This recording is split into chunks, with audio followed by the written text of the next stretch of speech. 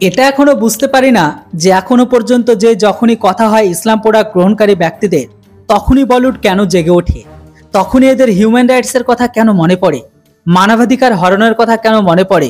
যখনই কথা হয় হিন্দু প্রতারণার তখন এদের তো দেখতে পায় না, চোখগুলো তখন বন্ধ হয়ে যায়, তখন এদের কোনো হিউম্যান রাইটসের কথা মনে পড়ে না। হিন্দু মরছে, মরতে দাও, এতে আমাদের কোনো কিছু যায় আসে না। যদি কোনো আতঙ্কবাদী সেনা মারা যায় তাহলে তাদের চোখ থেকে কুমিরের কান্না বের হয়।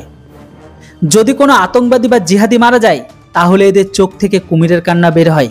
আজকে আমি এই কথাগুলো এই কারণে বলছি, কেননা আজকের দিনে কিছু বিদেশি মুসলিম সমুদায়ের উপর অ্যাকশন নিয়েছে। অ্যাকশন বললে কম হবে, এদেরকে উচিত শিক্ষা দিয়েছে। এই ব্যাপারটায় কিছু ইসলাম প্রোডাক্ট গ্রহণকারী ব্যক্তিদের একদমই পছন্দ হয়নি। তারা এখন তাদের মহান জ্ঞানকে ভারতের সামনে তুলে ধরছে। তো চলুন আপনাদের বলে দিই যে ভারত সরকার কোন মুসলিম সমুদায়ের উপর অ্যাকশন নিয়েছে। বন্ধুরা, এখানে কথা হচ্ছে পূর্ব পাকিস্তানের রোহিঙ্গা মুসলিমদেরকে নিয়ে, যারা অবৈধভাবে ভারতে ঢুকেছিল। আপনারা সবাই জানেন, যখন থেকে পূর্ব পাকিস্তানে ঘরের ভেতরে পরিস্থিতি খারাপ হয় তখন থেকে পূর্ব পাকিস্তানের লোকেরা আসতে দিচ্ছেন এই দেশে।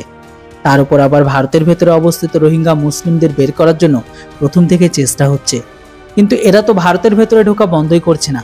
দেখুন বন্ধুরা, এটা হচ্ছে টিভি9 রিপোর্ট, যেখানে বলা হচ্ছে অসমে 28 জন অবৈধ পূর্ব পাকিস্তানি মুসলিমকে ধরা হয়েছে, যারা ভারতের অনুমতি ছাড়া ভারতের ভেতরে প্রবেশ করে, তা আবার এমন সময় যখন ভারত আর পূর্ব পাকিস্তানের মাঝে সম্পর্ক খারাপ থেকে খারাপ হয়ে যায়।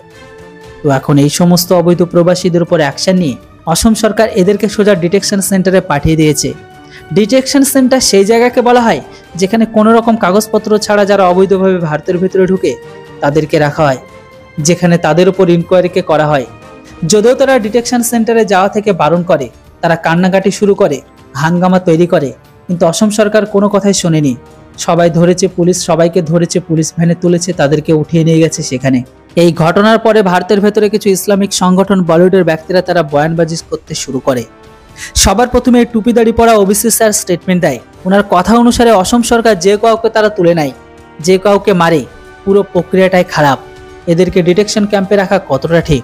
যারা কান্নাকাটি চিল্লাতে শুরু করে তবুও তাদের উপর দয়া করেনি। পুলিশের কথা অনুসারে তারা যদি বাংলাদেশে হয় তাহলে তাদের বাংলাদেশে পাঠিয়ে দেওয়া উচিত ছিল, ডিটেকশন ক্যাম্পে নয়। এর উপর পুলিশের বক্তব্য এটাও আছে, যাদের প্রথমে বাংলাদেশে পাঠাতে চেয়েছিল কিন্তু তাদের লোক তাদের আর নিতে চায়নি। উপর দিকে বলিউডের বক্তব্য, ভারত সরকার মুসলিম পক্ষকে নিয়ে প্রয়োজনের থেকে বেশি ক্ষমতা দেখাচ্ছে। আমাদের দেশে মুসলিমরা কেন বেশি এত শাসন করা হয়? একটি শান্তি দূতের সাথে এতটা ভেদভাব করে কেন ভারত? এর উপর ভারত সরকারকে জবাব দেওয়া উচিত।